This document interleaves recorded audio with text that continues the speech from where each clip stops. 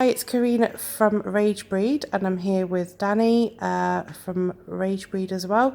And it's usually him interviewing, but today I'm interviewing him. It's very weird. Like I'm so used to kind of being the person asking the questions. It's going to be weird. Being the person who's answering, it's going to be weird. It's weird for me. Yeah, I can imagine. Well, the reason why we're doing it is so everyone can see who the staff are behind Rage Breeders. It's not just myself, it's quite a few of us. And we're really looking forward to Rage Fest this weekend. Oh yeah, It's going to be awesome, isn't it? I can't wait for it. I'm really just kind of like looking forward. There's a lot of bands, especially on the Saturday, that I'm kind of looking forward to.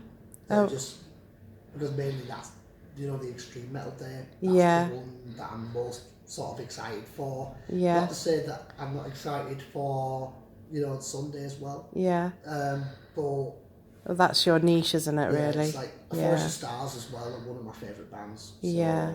Oh, so it'd be nice to see them again. I think it's my 8th time seeing them or something like that. wow, that's so cool. And plus, like Deus Mori and Yeah. Blasphemer and Hecate in front and Lady Yeah. Dreams and all that kind of stuff. So it's going to be kind of cool to sort of see stuff on the Saturday. Excellent. Yeah, yeah. So, Danny, how long have you been in Rage Breed for? I think I was kind of involved, but it was more, I was kind of more an affiliate for a few years, but the point where I kind of got more seriously involved was about, I don't know, mid 2017. You kind of asked me, got me down here to Leicester for an interview with Tony Dolan. And so I kind of started off with that, really, Yeah. getting more seriously involved with it. Yeah. And you really enjoyed that interview, wasn't it? Was that your favourite interview out of everything, or?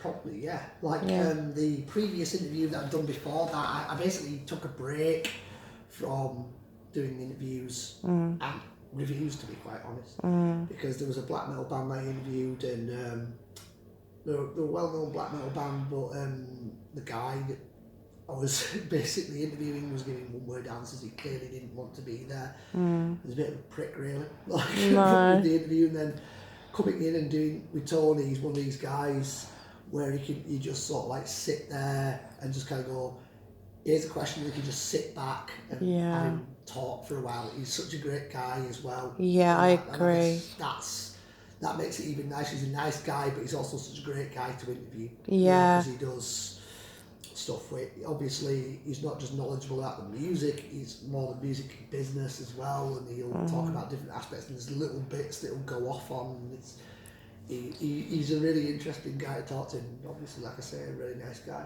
Yeah, and I remember when I was interviewing him, actually there was twice. Once was in London, and then again backstage at Bloodstock. And even then, the thing with Tony is I think that he's this genuinely what you would call a rock star. And I don't mean that in the shallow sense. I mean it as in terms of he gives a shit about his fans. Yeah. You can see that he's got heart for what he does. And there is real, true, genuine passion for the music, I would say. I think it's more like, in the way I sort of see it, is he's more like, I don't like to use the word rock star. If I ever use it, it's in a derogatory sense to people. But the way I sort of, it's like lifer. That's I think the better term. Yeah. Somebody who's, if he was playing to 10 people or 10,000 people, he'd be the same. Yeah, And, yeah. Oh, he is like, he's a genuine, like, if rock star's the proper term. But Yeah. I think he's a legitimately great musician and a great person. Yeah, definitely, absolutely. And we've done quite a few interviews over the years, and you also interviewed Darren from Eastern Front. Yeah, I did. And I think, did you do Hydra as well? I was intimidated by that interview because obviously with their image, I thought this guy is going to be like super serious and really. I was a bit terrified. Plus, Yeah. I'm a big Eastern Front fan. They were one of the first sort of black metal bands I really got into. Yeah. So I was a bit intimidated, like, right, I'm a big fan of his music, and I'm kind of, but he turned out to be a really nice guy as well. Yeah. He was a great guy to talk to, and it was, yeah, it was kind of like I was interviewing him, and I was like, oh my God, I'm interviewing this guy that when I was about 16 years old, I was listening to Blood on Snow on the first Necrolust comp. Yeah, and I was yeah, like, yeah. and I was like, oh my God, like I'm interviewing one of the guys from this thing that got me into death metal and black metal. Yeah, like, properly. amazing. Yeah. So, do you feel like working with Ragebreed over the years and stuff? Do you feel like we're a close group? Do you? Yeah, like the way it sort of with, you know, there's a lot of, I guess, companies or whatever you want to call it, who they've got this kind of fake image, like this where we are one big happy family, but it's really just they want to project that image, and it's really with us, like obviously with the group chat that we're in, it's great. Like the other night, like me and you and Andy and Mike, we're all just banging on about shite, really. Yeah. Like, and it were genuinely, like, I'd been having a bit of a rough day that day, and it kind of cheered me up a bit. Like, Yeah. And I really like some of the things that everyone's put in there. Like when they're having a bad day, they feel like it's kind of like a little support network for them as well. And as much as we're a company, I think one of the things I wanted Ragebreed to be was for us to be trusting with each other, that we can help each other out when we're going through bad times, but also putting in the work as well. Do you think we do that? yeah, I think that's it. It's like, obviously I've known quite a lot of the people who are involved with it. Like Mike, obviously, is my best friend, and I've known him for years, and he's helped me through some really dark times. And obviously, same with you. I've known you for a good probably 5-6 years, and you've helped me through a lot. You've helped me through quite a fair bit of rough patches. Yeah. So that is it. It's like we're not just like mates in the sense of like, well, we work for this, and we kind of like have to sort of like work, sort of like coexist. Yeah. It's like we're there for each other. It is. I don't like to say like it's like a family. It's like business sort of stuff, but it probably is. Like it is like in a way, and really, like I say, Mike's involved, and he's basically like closer to me than family, as close as family to me. Yeah. And it's lovely seeing, you know, all that in group chat and stuff. And it's also amazing to see everyone shining there as well, because obviously when, you know, a lot of people think, oh, Ragebreed is just Karina, but I want everyone to see my staff. I want everyone to see, you know, you guys shining, because you do so much for Ragebreed as well. You know, it's like I wouldn't be able to do, say, the club night without, you know, having our band of the month where you've been there and done all the reviews, or say like we've had a DJ down and you've been like, you know what, I've got a laptop, I'll come and pitch in, or you know what I mean. It's those kind of things, I think, that, you know, really sort of you know, bring us, I don't know, I suppose it kind of, you know, how it shows that we can all work together as a team, and, you know, if we have any problems with each other, we can talk to each other about it. Yeah, that's it.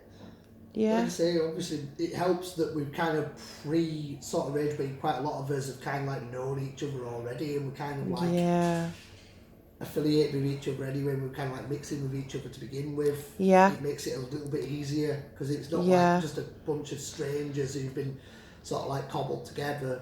Absolutely. It's more a case of like it's a bunch of people who are mates with each other, who just happen to like want to put on festivals and club nights and things of that nature, and everything. It's great.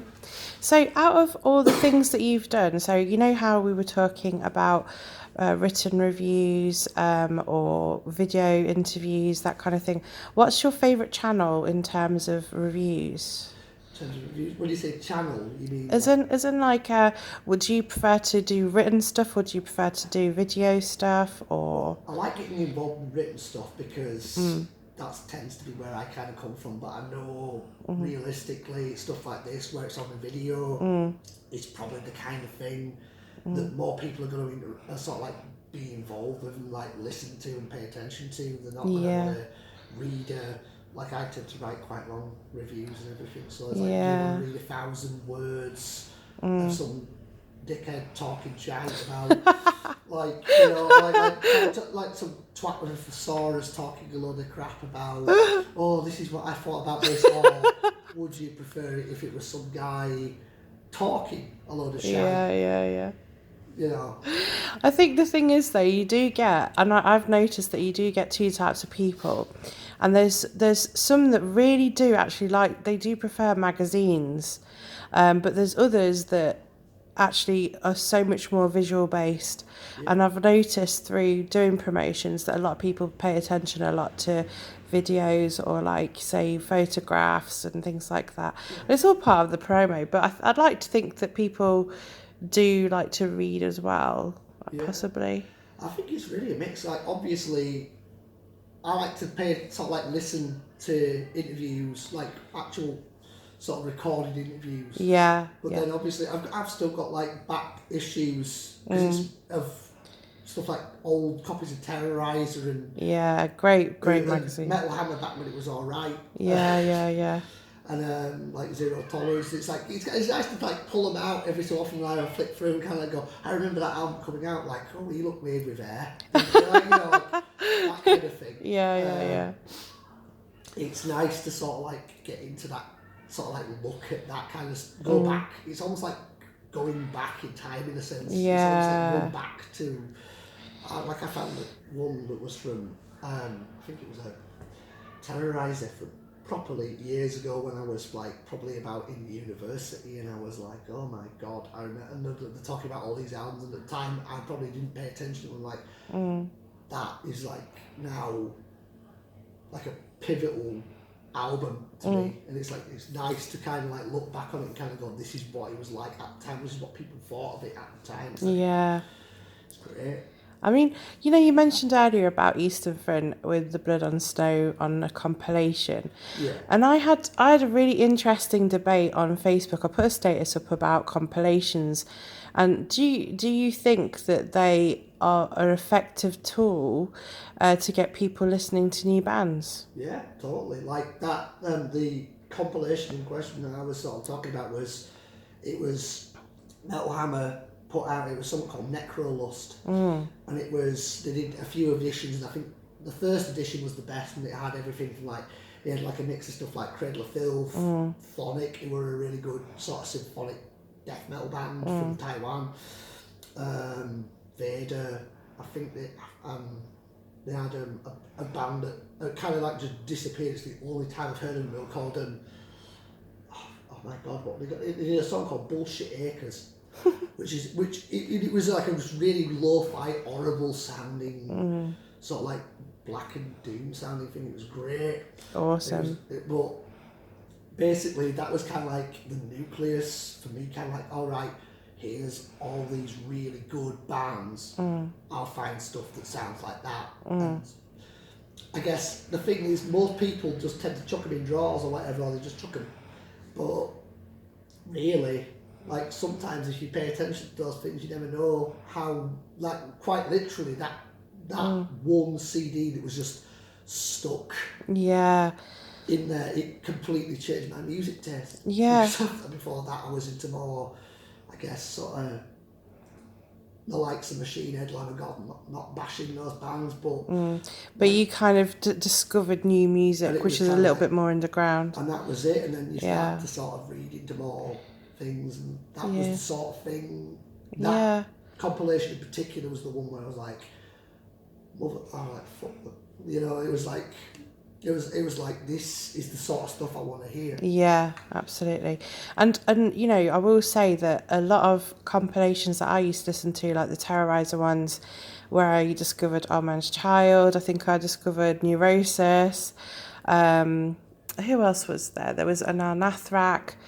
You know, and there's so many bands that I think even, because what I remember the Earache compilation as well, there was one that they released as well. So, and I discovered a lot of bands through them, and also music DVDs. You know, they did the Monsters of Metal DVD compilations and stuff. I used to get into a lot of music through them. I think I discovered Brutal Truth, I think, from one of them. So yeah, it was really good. Stuff like that. It's a bit of a mixed bag. Sometimes you just gotta listen, you gotta pick it up and like listen to it and go, there's a lot of shit on that. And then sometimes you're just gonna hear the best. Some probably, like I say, after that point I got really into the likes of Cradle of Filth and Phonic and Vader and all that sort of stuff, and Eastern Front obviously, and it sort of informed my music taste moving forward from that point. You don't know with those kinds of CDs or whatever they are, tapes, vinyls or whatever, you absolutely don't know when you get into it that you could literally listen to something rubbish, or you could be listening to something that's going to completely change the way you look at music. Exactly. And I think with Rage Breed magazine as well, like the idea of the compilation is to do that, because I think now that we're going to be releasing a magazine, I think it's really important for unsigned bands or underground signed bands to really, get involved with it. And I think the thing that we're trying to do at the moment is to promote that deal as well. So, to tell people to, guys, if you are in bands and stuff and you do want to promote your music, now's the time to be submitting your stuff to the bookings email. So just to let you know, it's bookings_ragebreed at hotmail.co.uk. And I believe Brady is the guy who's going to be dealing with that. And Danny here will be reviewing your track and CD, and he might be doing some interviews as well. So if there's anybody that wants to get on board on that, let us know. Just no Jen. Yeah, okay, so finally, obviously we've got Rage Fest coming up, and we're going to be having the Rage Breed Club night after that. Is there any tracks you want to hear on the night? There's a variety of stuff really when I think about it. There's Buying Vegetables by Cave Have Rob, Star Trekking, Madonna, Boyz II Men, Napalm Death. Obviously I'm a massive Paradise Lost fan. Yeah.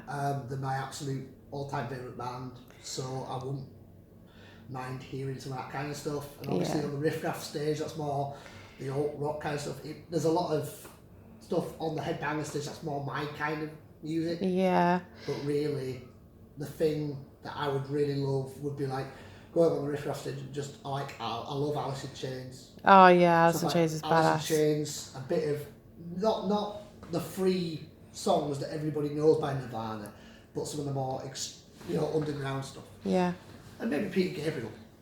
Yeah. Cool. Okay then.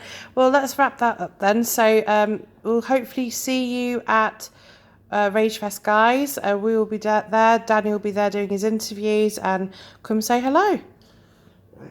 Right. Night. All right. Thanks. Bye bye.